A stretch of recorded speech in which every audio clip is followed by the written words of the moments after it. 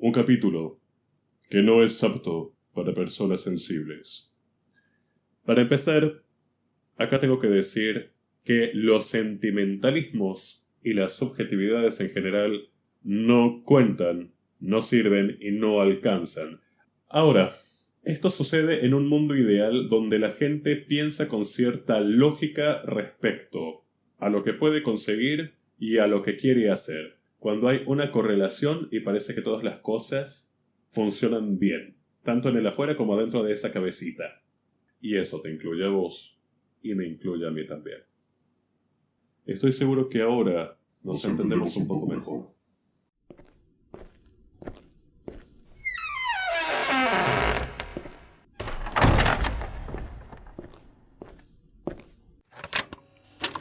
¿Qué tal? Mi nombre es Nicolás.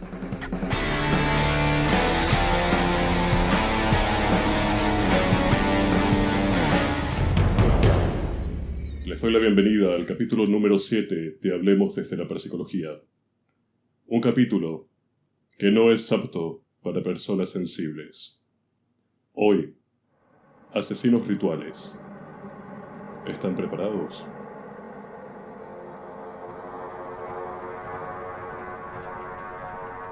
Marcelo Antelo, Marcelito, nacido en 1988, residente del barrio Rivadavia, del Bajo Flores porteño. Hijo de un padre adicto y de una madre golpeadora, nieto de una persona alcohólica. Echado de su casa, bastante joven, casi llegando a la preadolescencia, por su consumo de pasta base.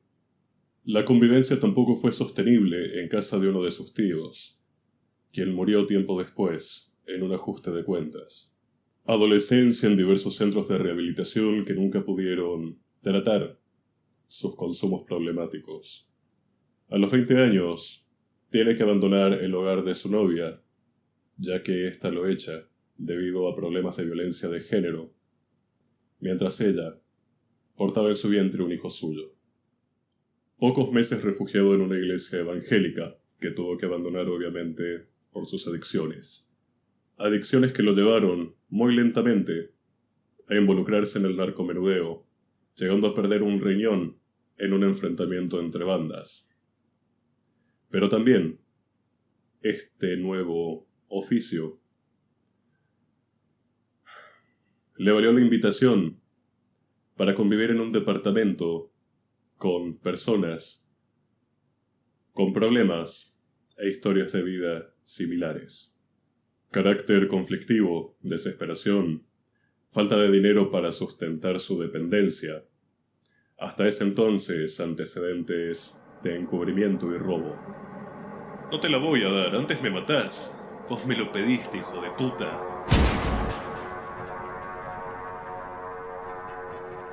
Entre febrero y agosto del año 2010, Marcelito, ya con 22 años de edad, decide comenzar una matanza serial, que acaba con él tras las rejas al recibir la pena de cadena perpetua en el año 2012.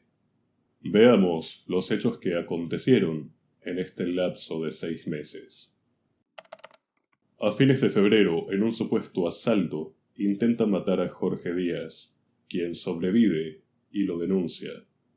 La justicia lo condenó por intento de asesinato y robo, pero Antelo recuperó su libertad pocas semanas después. A menos de 2 meses de este hecho, Marcelo acaba con la vida de Rodrigo Escurra, de 27 años de edad en ese entonces, estudiante de filosofía y derecho. ¿Cuál fue el problema? Escurra transitaba con su flamante nueva bicicleta y con su billetera bastante bien cargada. Fue interceptado por Antelo y por otros 5 cómplices no identificados, quienes le robaron, por supuesto, absolutamente todo. Pero, ¿qué hace un joven de un pasar económico bastante bueno en un lugar tachado de peligroso? ¿Y qué hace con tanto dinero encima? Marcelo lo sabía muy bien. Rodrigo acababa de comprar la sustancia que precisaba. Cuando Marcelo le pide que también se la dé, ya las cosas no fueron tan sencillas y Rodrigo se opuso. No te la voy a dar, antes me matás. Vos me lo pediste, hijo de puta. Marcelo sacó su revólver 9 milímetros, el cual había robado en la comisaría donde estuvo detenido anteriormente, y le disparó en el pecho a Rodrigo, convirtiéndose así no solo en un drogadicto y en un ladrón, sino también en un asesino muy orgulloso de serlo, porque toda esta secuencia fue filmada con un teléfono celular. En este punto, adjudicar toda la culpa o parte de ella al entorno en el que creció Marcelo ya no es muy loable que digamos. Quien gatilló fue Marcelo, pero también gatillaron sus acompañantes y cómplices. También gatillaron todos los testigos que estaban presenciando este asesinato y decidieron guardar silencio. Y también gatilló toda la sociedad que no hizo absolutamente nada. El 24 de junio, Antelo decide visitar aquel departamento que había compartido con otras personas adictas y del cual, cabe mencionar, fue expulsado por su comportamiento y por diversos enfrentamientos tanto con el propietario de este lugar como con otro de los integrantes de esta familia. Al llegar, justamente se encuentra con este integrante, llamado Darío Romero. Nada más verlo, le dio un escopetazo.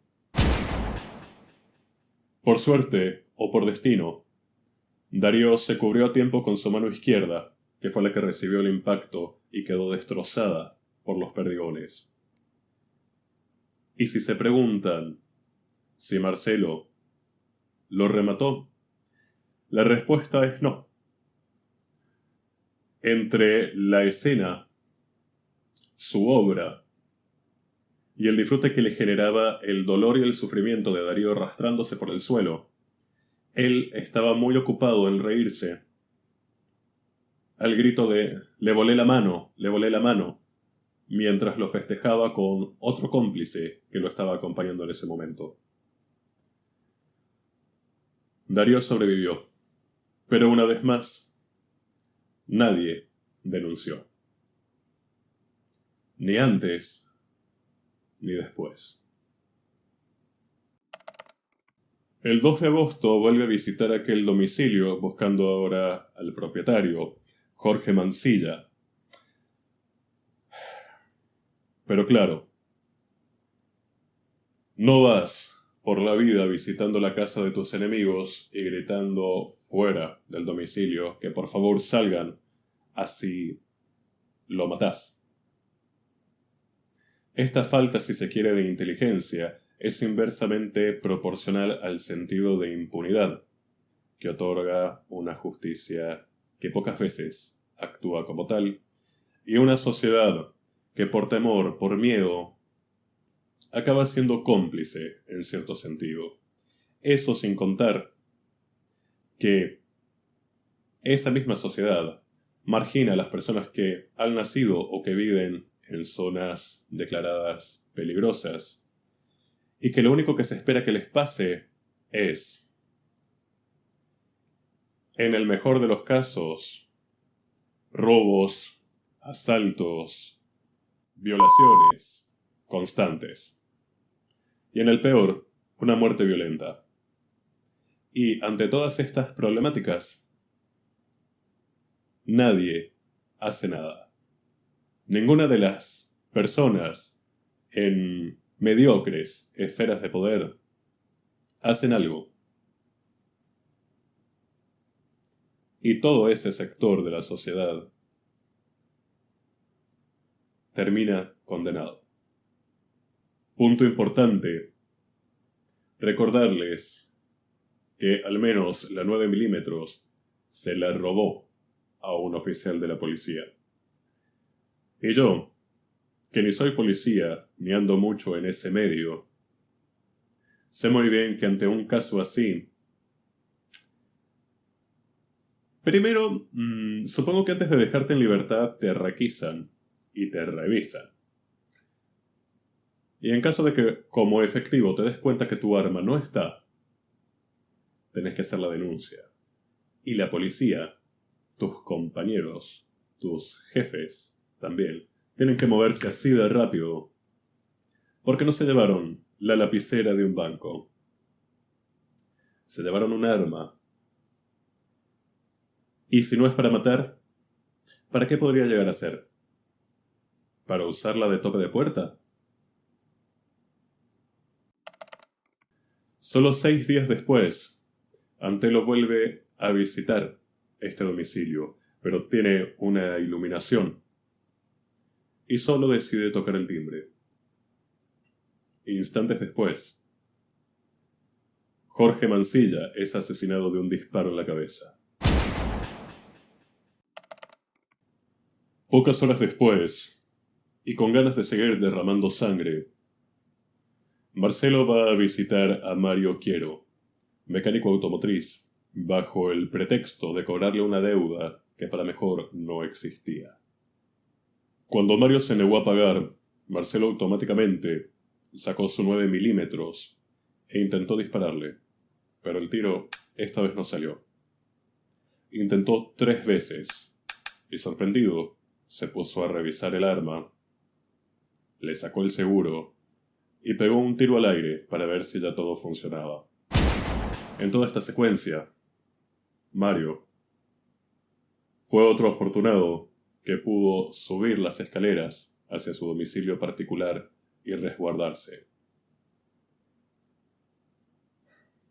Marcelo le apuntó y le disparó nuevamente, pero falló. A salvo, y luego de mantener cierto diálogo, si se puede, con Marcelo, Mario decide enviar a su mujer con parte del dinero que Marcelo reclamaba, y todo nuevamente queda como en una suerte de amenaza, y nadie denuncia. El 15 de agosto, Marcelo Cabrera, de 28 años, y Pablo Sañuc, de 26, recorrían el barrio Rivadavia, como habitualmente hacían, para comprar drogas. En ese momento fueron interceptados por Antelo y otro cómplice nuevamente no identificado. Tal como ocurrió con la primera víctima, les robaron absolutamente todas sus pertenencias, cualquier objeto de valor y por supuesto también la mercancía que habían adquirido. Pero llegados a este punto, no era lo principal robar. Pablo fue asesinado de un disparo en el rostro, mientras que Marcelo seguramente murió en algún momento entre los 9 balazos que recibió. El 28 de agosto, Marcelo Antelo, Marcelito, fue detenido por la policía. Al analizar el revólver, se dieron cuenta de que era el arma que había acabado con la vida de 4 personas: Escurra, Mansilla, Cabrera y Sañuc.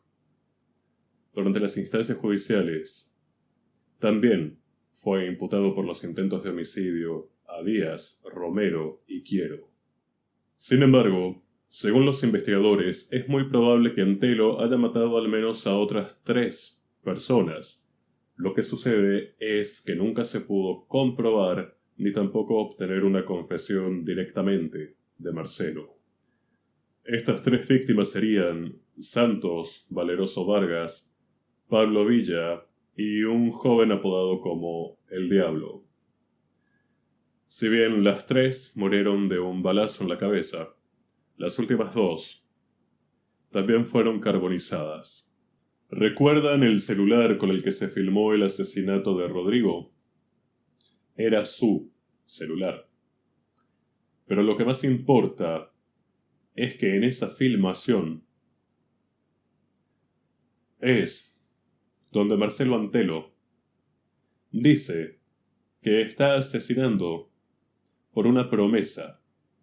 Mejor dicho, para cumplir la promesa que le hizo a San La Muerte a cambio de protección, dinero y drogas.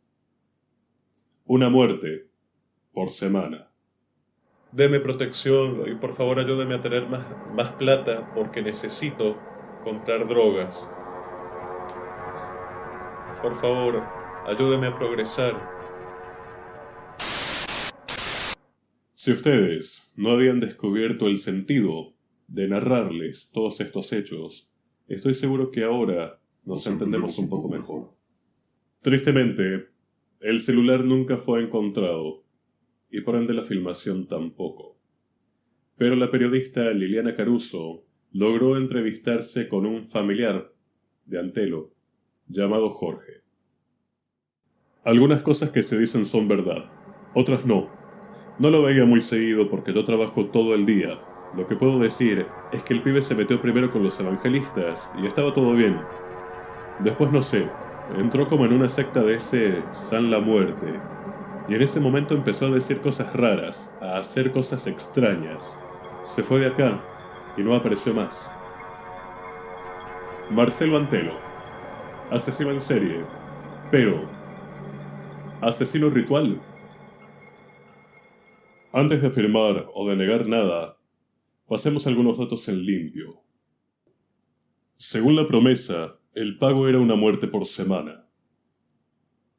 Sabemos que el primer asesinato comprobado por la justicia sucedió concretamente el 11 de abril. El segundo fue el 8 de agosto. El tercero y cuarto suceden en simultáneo el día 15 de agosto. La detención de Antelo fue el 28 de ese mismo mes. Entre el 11 de abril y el 28 de agosto tenemos unas 20 semanas, lo que debería ser igual a 20 víctimas. Si confirmadas hay solo 4. Rearmemos la cronología de todo lo que sabemos. A finales de febrero intenta asesinar a Jorge Díaz. El 11 de abril ejecuta a Rodrigo Escurra. El 24 de junio intenta matar a Darío Romero, pero decide dejarlo vivo. El 2 de agosto intenta matar a Jorge Mancilla, pero no pudo. El 8 de agosto logra matarlo. El mismo 8 de agosto también intenta matar a Mario Quiero. El 15 de agosto asesina a Pablo Saniuk y a Marcelo Cabrera. Sabemos de la promesa el 11 de abril, pero lo que no sabemos es si Rodrigo verdaderamente era su primera víctima en esa lista de cumplimiento, o si por el contrario ya habían otras antes. Lo mismo sucede con ese gran periodo de inactividad, si se quiere, donde quizá podríamos ubicar a las otras 3 víctimas por las cuales no pudo ser juzgado. ¿A dónde voy con todo esto? Que sumando las 4 víctimas confirmadas de Antelo, los 3 o 4, si se quiere, intentos de asesinato, las otras 3 víctimas posibles de Marcelo, aún así no llegamos, y entiéndase, afortunadamente no llegamos, a la cifra esperada de víctimas. También es cierto que no sabemos si la promesa tenía un límite de tiempo fijado, o, bueno, cuándo expiraba, ¿verdad? Podríamos estar hablando de una sola muerte, de 3, de 7, in eternum, quién sabe. Tampoco sabemos cómo era el comportamiento de Marcelo en el tema promesas, porque probablemente sea como el común denominador humano, donde podemos prometer cualquier cosa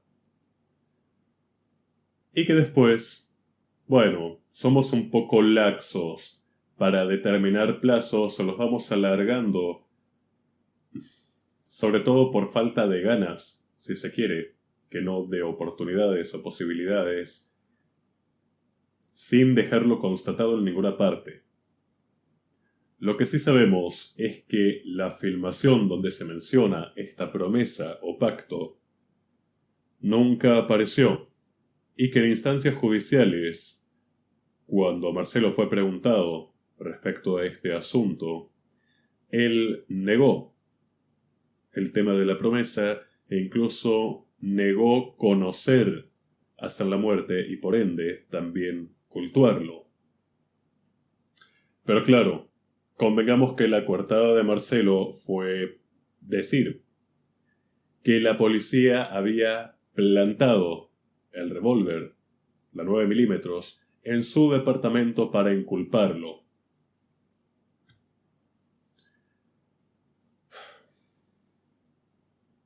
Definitivamente no es una persona muy confiable, ni mucho menos de palabra, así que... Pero, más allá de todo esto, ¿qué es un asesino ritual? Desmembremos. ¿Qué es asesino? Aquel que asesina. ¿Qué es asesinar? Es cometer homicidio premeditado o con otros agravantes circunstanciales. ¿Qué es ritual? Es una secuencia preestablecida de acciones y pasos que persiguen un determinado fin específico.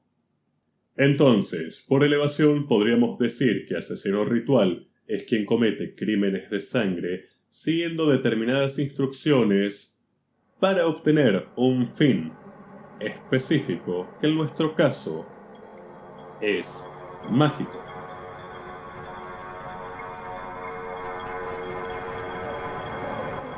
Tomemos esto como base y vamos a aniñarlo un poco para evitar otra censura injustificada.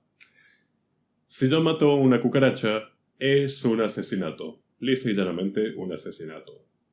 Ahora, si yo mato a una cucaracha para utilizar partes de su cuerpo en una liturgia específica que me dé a mí algún beneficio, eso es un asesinato ritual. Y si bien podríamos clasificar los asesinatos rituales de varias formas, a mí me interesa tratar principalmente dos. Si el asesinato es el culmen del ritual, o si por el contrario, el asesinato es necesario para la obtención de ingredientes a usar posteriormente en una liturgia mucho más elaborada. Agrandemos un poco más el espectro. ¿Cuál es la diferencia entre un asesinato ritual y un sacrificio? Bueno, para empezar, el asesinato ritual no está socialmente bien visto y eso lleva a que sea incluso una forma en sí misma de estudio para su prevención, detección, etcétera, etcétera, etcétera. Está encuadrado como algo que está fuera del marco legal, algo que debe ser castigado y penado, mientras que los sacrificios, tanto aquellos que son voluntarios como aquellos involuntarios, como por ejemplo los sacrificios precolombinos, sí eran socialmente aceptados y por eso también se llevaban a cabo. Entraba dentro de su sistema de creencias. Acá, sobre todo si hablamos de asesinatos rituales, tenemos que tener en cuenta que no hablamos de la sociedad, sino de un sector de la sociedad que persigue un fin exclusivo para ellos, no para el resto de la población a nivel universal, si se quiere.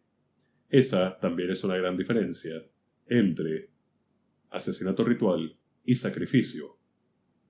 Te tiraban al nervio vivo de un volcán.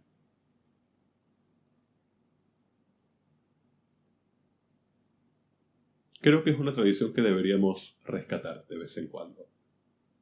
No sé, una vez cada 4 años como el Mundial de Fútbol. ¿Por qué no? Ah, bueno. Socialmente ya no está bien visto. Si bien hoy no estamos acá para analizar en profundidad las liturgias y por qué se siguen dichas liturgias que conllevan de una u otra forma un asesinato ritual, sí puedo adelantarles que históricamente el asesinato o la pérdida de la vida de la víctima era tan siquiera, es, mejor dicho, una consecuencia del proceso.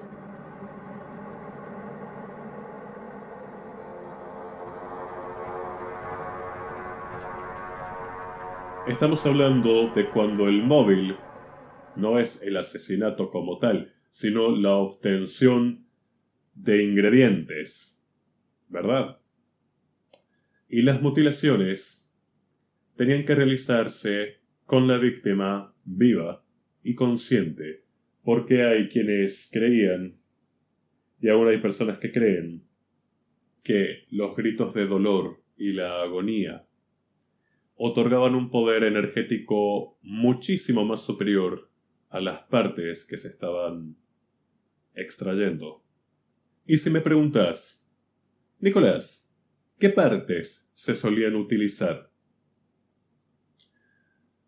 Deberías saber que yo voy a responderte. Momento para dejar de cenar, para dejar de estar tomando cualquier bebida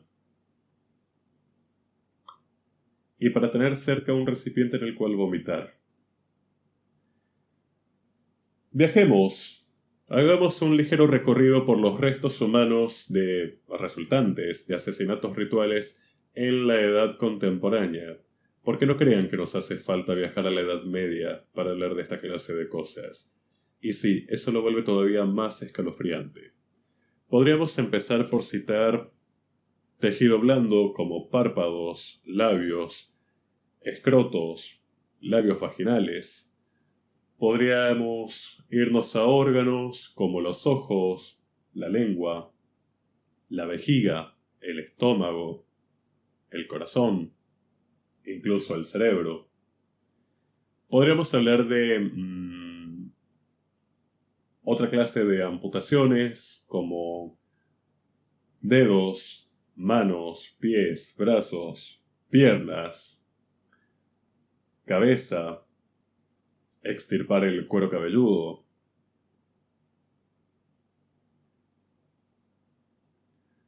Desafortunadamente, una cosa es escribir estas cosas y otra cosa es nombrarlas en voz alta, y ahora el que se está descomponiendo soy yo. También hay que mencionar ciertas piezas dentales y huesos que son bastante específicos. Pero bueno, ya tuvimos demasiada información. Vuelvo a insistir, por más ilógico que parezca. La muerte de la víctima no es el objetivo que se suele perseguir, es una consecuencia esperable por todo lo que se le está sacando. Pero también es cierto que, bueno, siempre y cuando no hablemos de órganos internos, ni de grandes amputaciones, mucho menos de la decapitación, nadie dice que exista un problema si la víctima sobrevive. Amén, por supuesto, de todo lo legal, el escarnio social, etc. Ahora, considerando la amplia lista de ingredientes que acabo de pasarte, ¿vos crees que estos pueden ser obtenidos con una 9 milímetros o con una escopeta? Imposible no ha de ser, pero qué complicado. Pasemos a otra duda que probablemente estás teniendo del otro lado. ¿De qué manera se selecciona a una víctima? ¿Qué es lo que se espera de una víctima? Para empezar, acá tengo que decir que los sentimentalismos y las subjetividades en general no cuentan, no sirven y no alcanzan. Así que no es necesario el odio hacia un enemigo para transformar ese enemigo en víctima, ni el gran amor a una pareja. No. podría llegar a ayudar en algunos casos, sí, si se cumplen también muchas otras condiciones. Como factor principal hay que destacar la salud envidiable de la víctima, porque lisa y llanamente no es lo mismo el corazón de una persona de 80 años que el corazón de un niño. Así también podríamos seguir con que la elección de la víctima sigue cierto gusto estético y funcional, porque si yo quisiera o necesitara para un ritual mayor amputarle a alguien una oreja, más allá de que yo no voy a arrancar todo el canal auditivo, creo, no voy a seleccionar las orejas de una persona que padece sordera.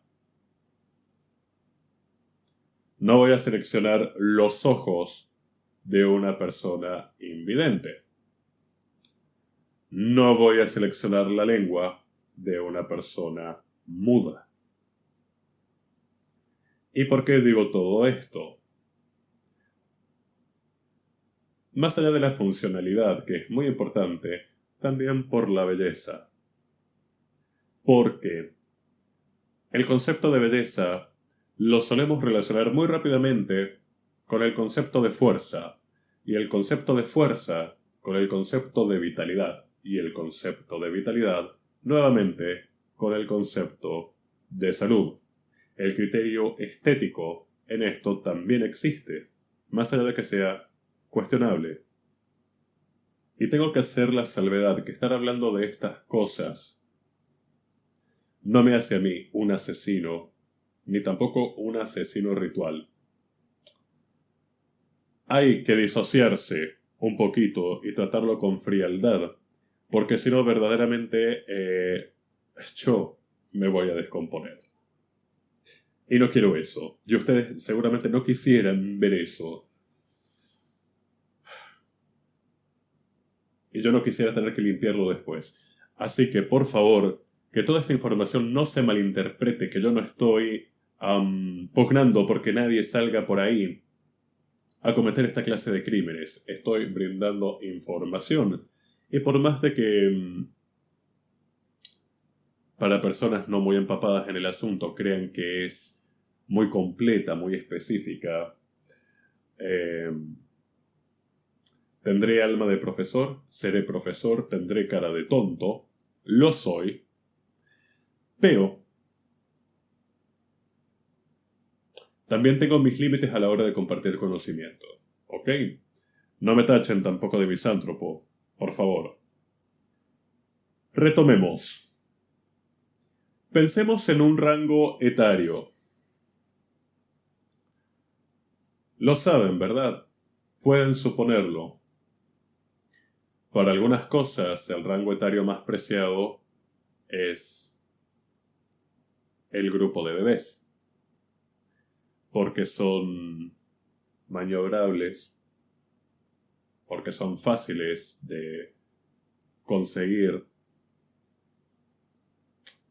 y porque encima con los infantes siempre hemos asociado una suerte de pureza muy superior que con el paso del tiempo y los años vamos perdiendo. Entonces sería como un plus. Sin embargo, para otras cosas, si estamos hablando de la obtención de genitales, quiero suponer que alguien pensará, hey, si para tal cosa necesito genitales, voy a buscar los genitales de una persona joven y de ser posible, sabiendo que ya pasó su pubertad y que todo funciona correctamente, tanto a nivel biológico como, no sé, hablando de fertilidad. Entonces ahí, ese es otro rango etario. Si nos vamos a decantar por utilizar un cerebro humano y lo asociamos al órgano con la sabiduría y la inteligencia, apelaremos al cerebro de una persona adulta. Siguiendo estos tres patrones, quedan fuera de las posibles víctimas las personas de edad avanzada por cuestiones de salud y las personas que han nacido con capacidades diferentes o que por obra y destino de la vida las han adquirido con el tiempo. Es como si alguien quisiera sacarme mis ojos para ver. Inténtenlo, les deseo muy buena suerte. Van a ver qué lindo se ve el mundo. Borroso. Ahora, esto sucede en un mundo ideal donde la gente piensa con cierta lógica respecto a lo que puede conseguir y a lo que quiere hacer. Cuando hay una correlación y parece que todas las cosas funcionan bien, tanto en el afuera como adentro de esa cabecita. Que ya te digo que para llegar a hacer esta clase de atrocidades, al menos ya hay una cosa que no está funcionando correctamente, que es el sentido común. ¿Qué pasa? Que como no funciona el sentido común, el rango etario nos importa un bledo. La salud nos importa también un comino. Entonces, tristemente, no hay un grupo o grupos que se salven de ser posibles víctimas de un asesinato ritual. Y eso te incluye a vos y me incluye a mí también.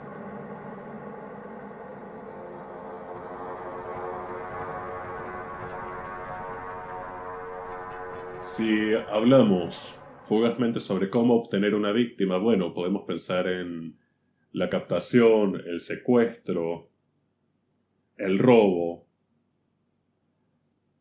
Pero también toca abrir el cajón de mierda que es el tráfico de personas y también el tráfico ilegal de órganos. Nicolás del Futuro reportándose. Por hoy hemos terminado, pero muy pronto retomaremos este tema, incluso con algunos ejemplos conocidos.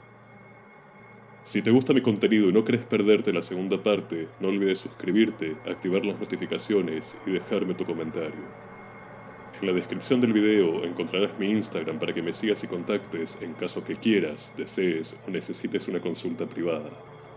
También tenés disponible mi dirección de mail para que me envíes tus sugerencias, recomendaciones y denuncias, amén de contarme tus experiencias personales con el mundo del esoterismo. Muchas gracias y hasta pronto.